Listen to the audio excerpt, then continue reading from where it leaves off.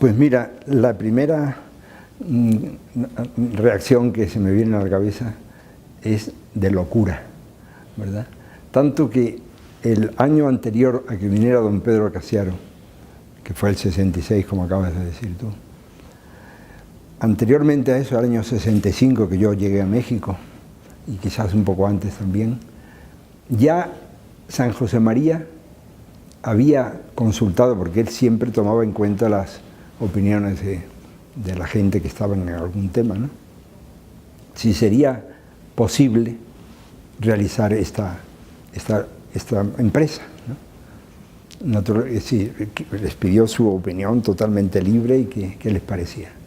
Por supuesto que la respuesta fue, incluido Carlos Llano, que estaba en la comisión regional en esa época, fue que era imposible, ¿no? Que esto era una cosa, en estos momentos no tenemos medios, está empezando la labor, no hay negativa totalmente, ¿no? San José María recibió aquello y su respuesta en ese caso fue, me imagino yo, que llamar a don Pedro, porque ese fue el resultado final, y decirle: te necesito en México, ¿verdad? Sabía que don Pedro iba a ser el elemento que iba a poder llevar a cabo. Naturalmente que don Pedro también tuvo la misma impresión al principio, ¿no? Pero su lealtad que siempre tuvo al fundador, que fue una característica de toda su vida, le llevó a confiar totalmente y se vino con la idea clara de que había que poner en marcha esto. De manera que podemos decir con toda seguridad que el fundador de la obra fue el primer impulsor y el primero que tuvo la idea de que existiera el IPADE, ¿no? Quizás no con ese nombre, ¿no? ¿Verdad? No, pero hasta cierto punto a lo mejor bastante. Entonces, ¿quién nos iba a decir en esa época, cuando yo estaba ya aquí en México y Carlos Llano también en la comisión, ¿no?, que esto iba a ser realidad tan pronto? Cuando habíamos estado, quiero contar alguna anécdota por si les interesa a alguien, de cuando Carlos Llano y yo estábamos en el Colegio Romano. Teníamos 17, 18 años. Y ahí estamos haciendo nuestro doctorado en filosofía. Yo llegué un año después que él. Él llegó el año 50 y yo llegué al año 51. Y él se vino de Roma a México ya el 52, si no recuerdo mal. Y era muy divertido como San José María, que era un hombre de una condición humana fuera de serie, un gran conversador y sobre todo un hombre expansivo y lleno de cariño por la gente y por nosotros todos los días, ¿no? Le tomaba el pelo, le hacía bromas a Carlos Llano, que venía a México para ayudar en las empresas familiares, la Suiza, etcétera, ¿no? Y le decía San José María, riéndose mucho, con mucha gracia, le decía: mira, Carlos, yo, más o menos las palabras, ¿no?, yo quisiera ver aquí en mi mano algún dólar que tú vayas a ganar en México. Y se le reía como diciendo, es que Carlos, era muy filósofo, ¿verdad? Y un poco distraído, siempre lo fue, ¿verdad? Solo hay muchas anécdotas, ¿verdad? En su inteligencia fuera de serie realmente, pues, era un poco distraído a veces, un poco despistado. Y por eso, uniendo todo eso, pues, San José María le decía, pues, a ver cómo te va, ¿no? Pero, en fin, por dentro quería mucho a Carlos y era una broma, ¿no? Pasando el tiempo, después de todo lo que pasó, de lo que estamos platicando, el comienzo del IPADE y todo esto, cuando el año 70 vino San José María a México y estuvo aquí, entonces llevaba el IPADE apenas 4 años. Eso a mí me admira, ¿verdad? 4 años desde el 66, que era un simple comienzo de la idea. A ver, en 4 años ya esto funcionaba, ¿verdad? En 4 años San José María ya estuvo aquí y estuvo platicando con la gente, ya asistía a la primera aula, ahí tuvo una tertulia con los participantes. El pensar que eso lo hicieron en 4 años, a mí realmente me admira, Y entonces, estando delante de mucha gente, San José María le dijo a Carlos Llano, le recordó aquello, ¿verdad? Aquellas bromas que le hacía, ¿verdad? Diciendo, hijo mío, pues, ¿qué pasó? Aquello que te decía yo, algo así le voy a decir, ¿no? ¿Cómo te ha ido? ¿Cómo te ha ido en los negocios? Como decían, tú no sirves para los negocios, tú eres un filósofo. Y entonces Carlos Llano, él le puso la mano así como lo había hecho en Roma, ¿no? Y como diciendo, ponme aquí lo que ganes. Y lo que hizo Carlos Llano fue besarle la mano, ¿verdad? Y esto le emocionó a San José María bastante, porque ya estaba a la vista, pues que efectivamente, pues sí Carlos Llano había empleado muy bien este tiempo, ¿no? Carlos Llano fue el instrumento, junto con don Pedro, para poner en marcha esta idea de San José María, con una verdadera, pues, ambición apostólica muy grande, ¿no?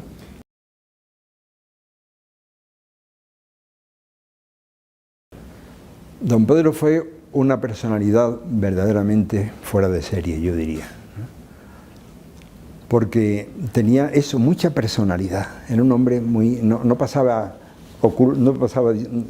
¿verdad?, oculto en los sitios, ¿no? Porque tenía algo especial de una gran categoría humana, ante todo, ¿no? Él había ingresado en la obra en el año 35, ¿verdad? Era de los primerísimos del Opus Dei, cuando eran muy pocos, y ahí ya se expresa esa pregunta que tú me haces, ¿no? Porque tuvo confianza en San José María desde el primer momento, cuando San José María no podía enseñar nada, porque el Opus Dei era una ilusión prácticamente de él. Había solo una residencia en Madrid, que se llamaba la Academia Día, y la Residencia Día, y nada más.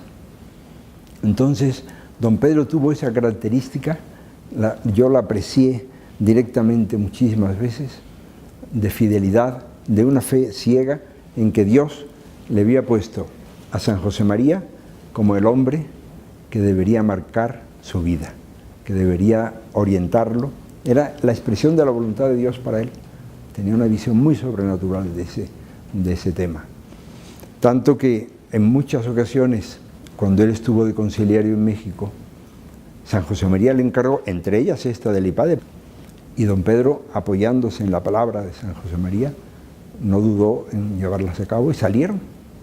Por ejemplo, en esos años había en Roma la necesidad de construir la sede definitiva del Colegio Romano, del que hablé hace un momento, para que fueran allí personas del Opus Dei de todos los países donde la obra trabajaba, para formarse, y de ahí saldrían también los sacerdotes de la obra, formándose al lado del fundador. Pues para sacar adelante esa labor, San José María tuvo que apoyarse en un grupo de países, mucho menos de donde está la obra en este momento, donde estaban empezando, donde tenían unos apuros económicos tremendos, para que además le ayudaran en la construcción de aquellos edificios que eran bastante notables, ¿no? Y don Pedro aquí llegó después de ese encargo de San José María, y lo primero que hizo fue irse, esto lo retrata, irse a la basílica, a poner aquella preocupación que le agobiaba en manos de la Virgen. Y don Pedro tuvo toda su vida, hasta los últimos años que se le mejoró bastante, tuvo fuertes jaquecas. Fue una cosa constante. Naturalmente, ese viaje de regreso volvió con una jaqueca de padre muy señor mío, ¿no? Es decir, llegó tanto que le dijeron, don Pedro, usted ahora repose, y dijo, no, yo ahora tengo que ir primero que nada a la basílica, a encomendarle a la Virgen esta misión, este tema que nos sobrepasa completamente. Y curiosamente, estando allí rezando, se le acercó un sacerdote mayor que le tocó al hombro, porque don Pedro estaba muy recogido. Le dijo, padre, ¿usted ya ha celebrado 2 misas? No, no he celebrado 2 misas. ¿Por qué me lo pregunta?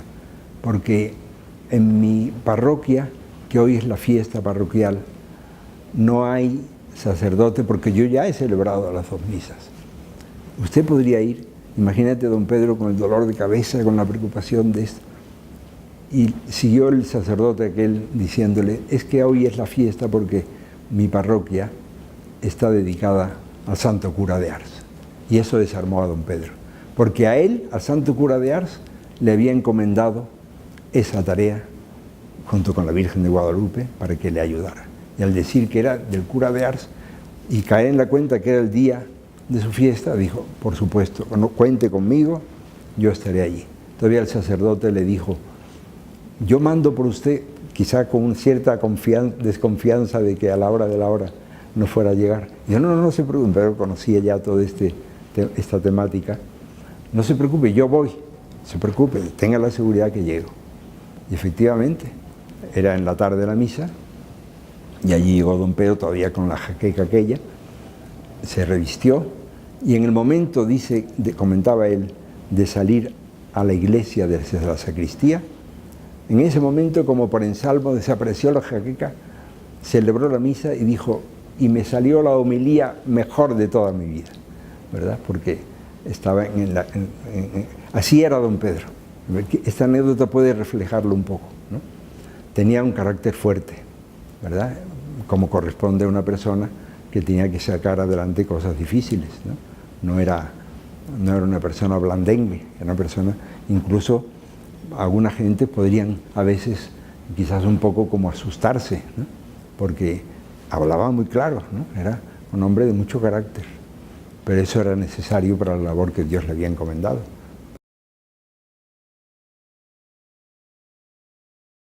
Yo lo veía claramente, basta que el fundador hubiera dicho que aquello había que entrarle, pues se puso a disposición, sabiendo que no tenía ninguna preparación para ello. Carlos Llano en ese momento era un muchacho de 34 años, ¿verdad? Que no tenía la menor noción de lo que es una escuela de negocios, ¿verdad? Jamás había de hablar de tal cosa. Sí, había intervenido en los negocios familiares, pero en una forma totalmente distinta, ¿no? No como estudiando la ciencia de la dirección de empresas. Y él lo que realmente tenía afición en lo que era su vida y lo que era su profesión era la filosofía. Fue un gran filósofo siempre. Ya cuando estábamos en Roma, fue impresionante cómo a los pocos días de llegar le encargaron una exposición en latín, porque allí se hablaba en latín todo, en esas épocas, en el Angélico, que era una universidad pontificia. Y fue un éxito tan aplastante de la forma como desarrolló el tema que le habían encargado, que fue admirable, ¿no? Y San José María confiaba en él. Cuando ya empezó todo esto del IPADE, hicieron el viaje a Roma, volvieron, etc. Una de las cuestiones que me lo ha contado uno de ellos, que le plantearon a San José María como algo necesario para sacar adelante todo esto, le dijo uno de ellos, todo eso está muy bien, monseñor, pero necesitamos un tigre. Como diciendo, ¿quién va a ser? Y el padre, el fundador, dijo, el tigre es Carlos Llano. Eso me parece que expresa su confianza en él, ¿verdad? Aún sabiendo que no tenía ningún precedente, ¿verdad?, que le avalara como capaz de dirigir y de fundar una empresa como esta, para una escuela de dirección de empresas, ¿verdad? Y de manera que yo veo en todo eso algo como muy sobrenatural, ¿no? Algo como muy de Dios, ¿verdad? Porque humanamente hablando era una locura, una cosa disparatada. La gente que había del Opus Dei en México eran poquísimos todavía, ¿no? Y nadie de ellos pues capaces de empezar a fundar toda una universidad. Y sin embargo salió adelante con Carlos Llano y con el empuje de don Pedro detrás. Eso se veía clarísimo también, ¿verdad? En cuanto Carlos Llano tenía alguna dificultad, algo que se le atoraba o que algún, no sé, pues dificultad personal, acudía con don Pedro y salía verdaderamente lanzado, porque don Pedro, con esas características que decía antes, sobrenaturales y humanas, era capaz de mover lo que fuera.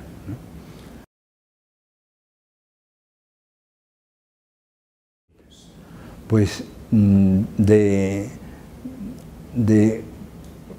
es admirable cómo agarraron la idea también, porque efectivamente pues veían que era una cosa desproporcionada. Yo creo que también allí hubo una actitud de audacia propia de aquellos empresarios.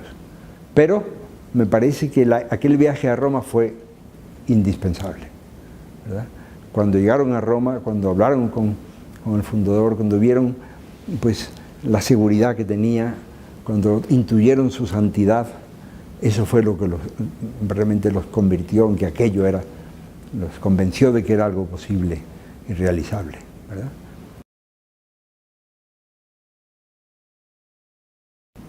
Pues mira, yo lo primero que se me ocurre contestarte de esto es mi experiencia personalísima de haberme encontrado con muchos egresados del IPADE, ¿verdad?, que hablando con ellos de otras cosas, no ha faltado el que me comenten de algún modo cómo el IPADE cambió sus vidas. Eso es algo que me asombra y me hace dar muchas gracias a Dios, ¿verdad? Pero que ha sido una tras otra. Aunque a veces cuando estamos aquí nos pueda parecer que nos gustaría, ¿verdad?, que la influencia del IPADE fuera cada vez más benéfica y más transformadora de las personas para el bien de México también, ¿no?, y para el bien del enfoque cristiano de la sociedad mexicana. Sin embargo, es mucho más de lo que parece el efecto que se consigue, ¿verdad? He tenido esa experiencia muchas veces. Ya en un aspecto macroeconómico, ya ustedes serán los que podrán ya medirlo más de cerca porque saben de eso, ¿verdad? Yo me he encontrado con estas experiencias en la dirección espiritual de muchísima gente a lo largo de todos estos años.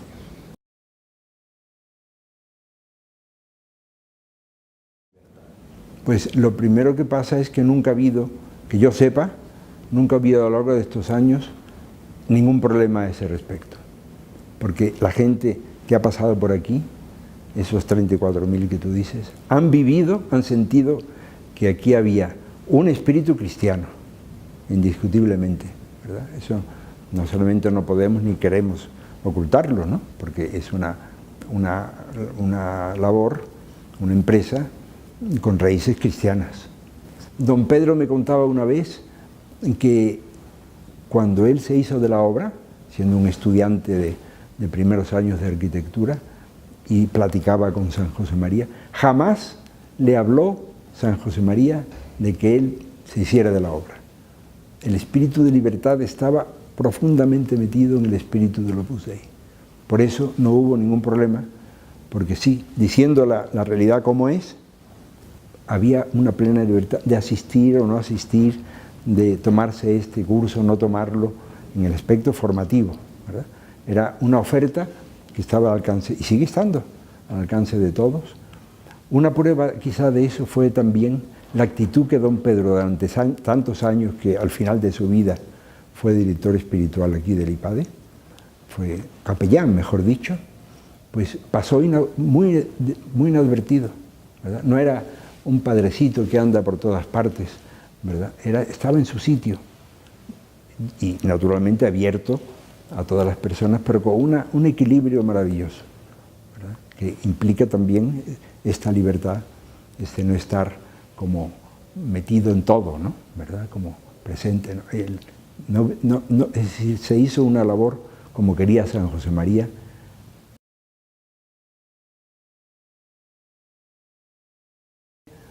Una característica del espíritu del Opus Dei que dejó muy clara San José María es lo que él llamaba, con una expresión verdaderamente propia, que yo no he encontrado en otros lugares, aunque la idea viene del Evangelio, por supuesto, es la unidad de vida, ¿verdad? La manera como hay que, para seguir a Cristo, para ser buenos cristianos, no para ser de esto o del otro, sino ser cristianos, porque el espíritu del Opus Dei no es algo sectarista o algo cerrado, es abierto a cualquier cristiano, ¿verdad? Cualquier cristiano puede hacer todo lo que hace una persona del Opus Dei, todo lo podría hacer cualquier otro cristiano perfectamente igual.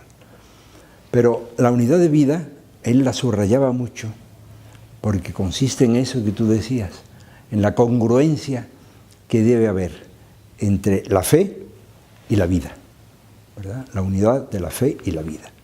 Todo lo que la fe nos enseña, pues está relacionado con la vida. No podía, decía San José María muchas veces, no puede ser un cristiano bueno, un hombre que va a misa todos los días, pero que luego en su tienda tiene kilos de 900 gramos.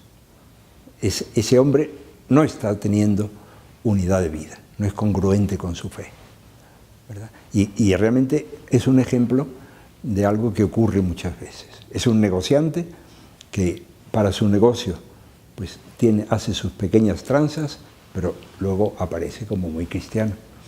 Esa falta de congruencia era lo que San José María subrayaba especialmente. Por eso hablaba del trabajo bien hecho, porque decía, a Dios no se le puede ofrecer una chapuza, como se dice en España, ¿no? Es decir, una cosa mal hecha, ¿verdad? Una cosa a la ahí se va, sino que se santifica uno haciendo precisamente su trabajo profesional. Ahí es donde el cristiano debe vivir sus virtudes cristianas. Un hombre de negocios, por ejemplo, que tiene una empresa, pero no vive la cuestión social, como le enseña la Iglesia, la caridad social, la justicia social también, con sus empleados, no estaría teniendo esa unidad de vida. Se pretende, por lo tanto, sería de desear que las personas que vienen por el IPADE pues aprendan mejor de lo que ya vienen, porque son gente, ya cuando llegan aquí tienen una gran categoría, pero pueden mejorar, todos podemos mejorar. Nadie puede decir que es perfecto en este terreno. De la unión del trabajo con la fe, santificarse en el trabajo. Sabemos que desde el Concilio Vaticano II, la expresión santidad, buscar la santidad, llamada universal a la santidad, es un valor que se ha reincorporado a la Iglesia con mucha potencia a partir de entonces, tanto que dos papas, Pablo VI y San Juan Pablo II, insistieron en que el fruto más importante de todo el concilio fue la llamada universal a la santidad, precisamente, algo que venía predicando San José María desde el año 28.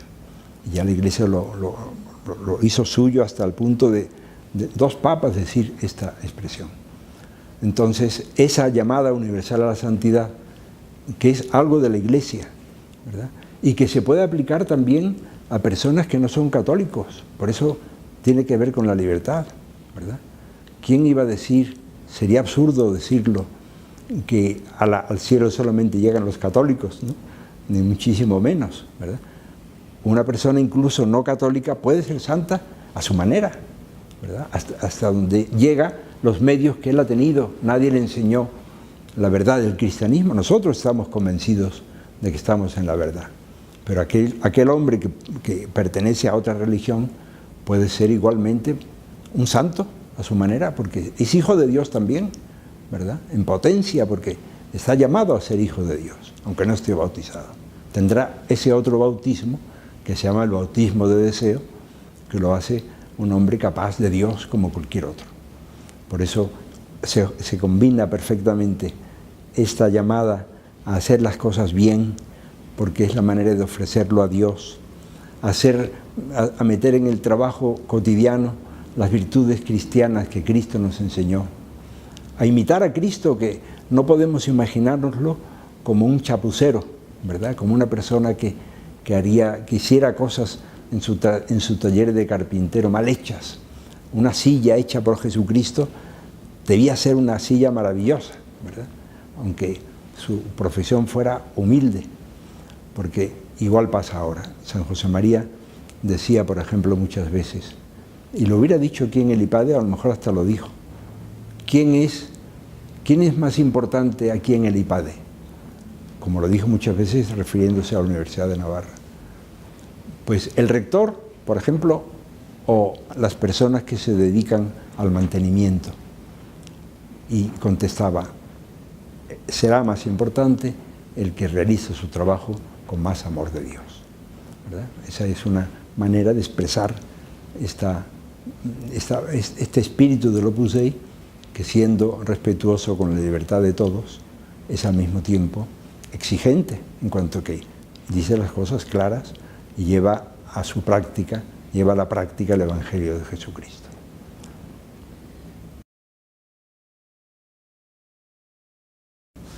Es un tema que el fundador de la obra vio claro desde el primer momento, desde el 2 de octubre, ¿verdad?, que tenía que ser un rasgo importantísimo de la obra apostólica que Dios le pedía. Porque afirmaba él: de 100 almas nos interesan las 100, ¿verdad? No hay ningún tipo de discriminación, no puede haberla en el cristianismo. A un cristiano pues está llamado a vivir la caridad con absolutamente cualquier prójimo que se encuentre. Pero San José María a veces ponía una comparación que puede quizás dar idea de esta pregunta tuya. Decía que efectivamente todos nos interesan en las cumbres llenas de esa riqueza que es la nieve, que luego baja poco a poco por toda la montaña y llega a fecundar el valle, ¿verdad? En esas cumbres, si faltan ahí los valores cristianos, no descenderá por las laderas de la montaña y hasta el valle, no descenderá la verdadera doctrina de Cristo. En esas personas que tienen una influencia especial, y no solamente, aquí hay que añadirlo, en el terreno empresarial. El terreno empresarial es uno de los aspectos del trabajo humano que influye muchísimo en muchas otras personas. Están en la cumbre y desde esa cumbre se extiende, en verdad va bajando, aunque la palabra quizás no es bajar, sino llegar a otras muchas personas. Tienen influencia social y eso también conviene aprovecharlo para la evangelización del mundo. Pero también hay otras profesiones que tienen una influencia muy grande, no solamente son los empresarios de alto nivel, ¿verdad?, sino que también, por ejemplo, los políticos, pues deberían ser personas también que, como en muchos casos se da, por supuesto, ¿no? O en el tema de la cultura, ¿verdad?, un gran poeta, pues indudablemente tiene una gran influencia en la sociedad, como por ejemplo Octavio Paz, etcétera, ¿no? Y es decir, un literato, un hombre de cultura, un hombre que, es decir, cualquiera que tiene un gran radio de acción, y entre ellos, indudablemente en la sociedad actual, tal como está constituido el mundo actualmente, pues un empresario tiene una responsabilidad muy grande que no puede olvidar, ¿no?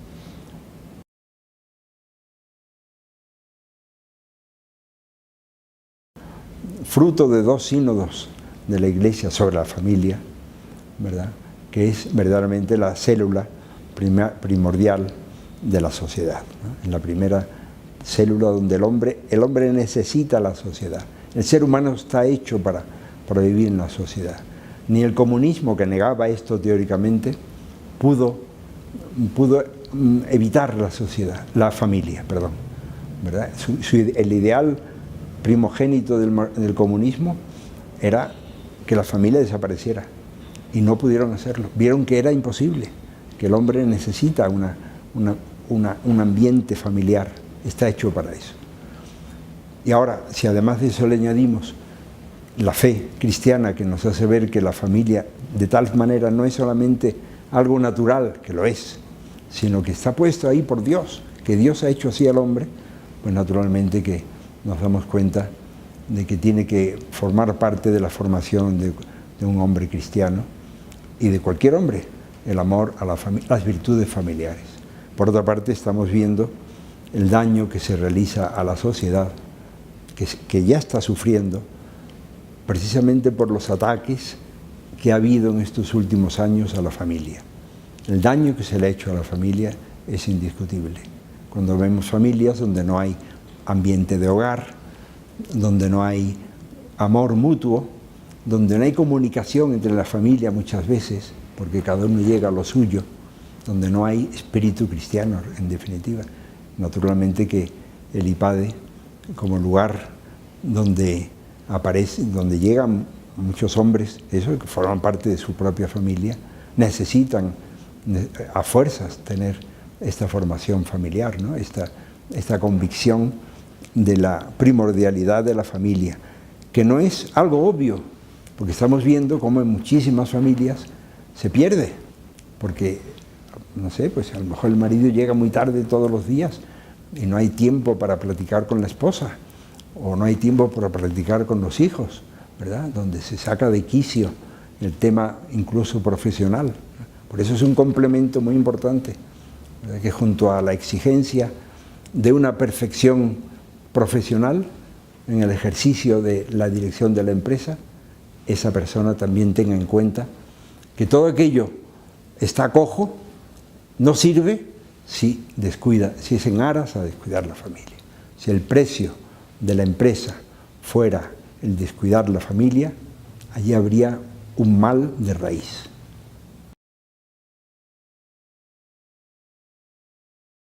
Yo creo que tú sabrás más que yo de las cosas que hay que cuidar porque estás en las entrañas del IPADE.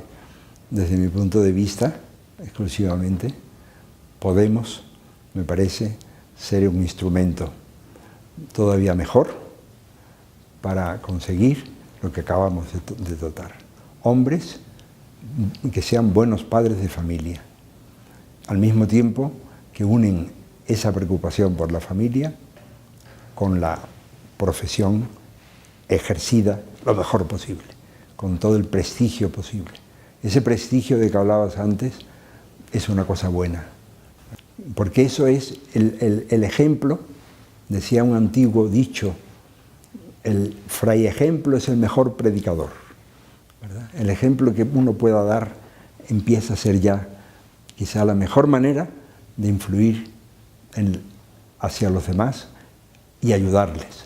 Si las personas que pasan por el IPADE, y aquí mismo en el mismo IPADE, estoy seguro que en cada curso de esta institución, el mismo trato entre los participantes ya es el primer apostolado, porque sus virtudes, sus ejemplos, sus características de unos y otros se van conociendo, ¿verdad? Y procuraremos que sean buenas, aunque todos tenemos imperfecciones, desde luego, ¿no?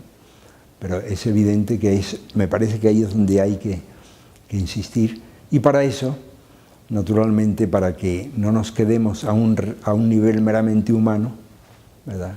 Me parece que la formación espiritual es necesaria para todo cristiano, ¿verdad? Aquí ya habrá que aplicar otra vez el tema de la libertad, por supuesto, no se puede dar formación cristiana a fuerzas, ¿no? Tiene que ser libérrima siempre, pero la oferta que tiene el IPADE en ese aspecto de la formación también espiritual, ¿verdad? Es un tesoro del que no podemos privar a las gentes que pasan por estas aulas.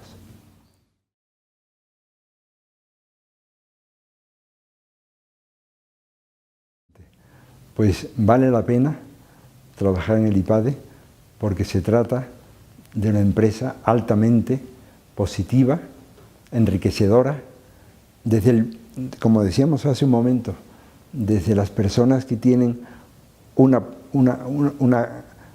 tema, una profesión, un aspecto del cuidado del IPADE que pudiera parecer más elemental, ¿no? Pero no lo es, ¿verdad? No lo es. Aquí tan importante es en el IPADE, y esta es la enseñanza cristiana que volvemos con el tema de la unidad de vida, tan importante es la función de las personas que limpian, de las personas que tienden los comedores con tanta categoría como lo hacen.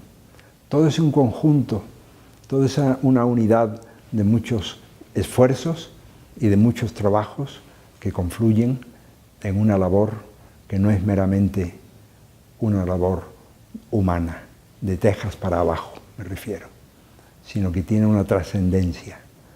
Trascendencia primero hacia el país.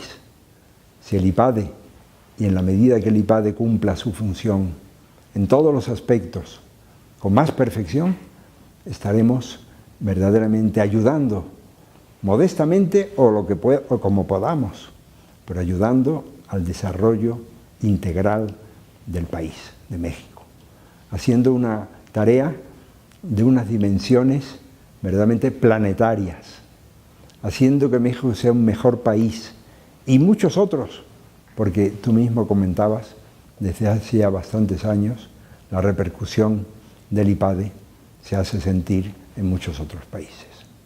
De manera que no olvidar esto, cuando uno está a lo mejor trabajando en una cosa pequeñita, tiene uno su trabajo de ese día, esto repercute muchísimo, esto tiene un valor, tiene una capacidad muy grande de reflejarse en un ámbito mayor, ¿verdad? La persona que sirve un comedor está cooperando con todo un conjunto. Esto es una orquesta, podríamos decir. No es un conjunto de personas que tocan sueltos, sino que están trabajando en una labor integral que ojalá llegue cada vez a más personas y con más contenido, ¿verdad?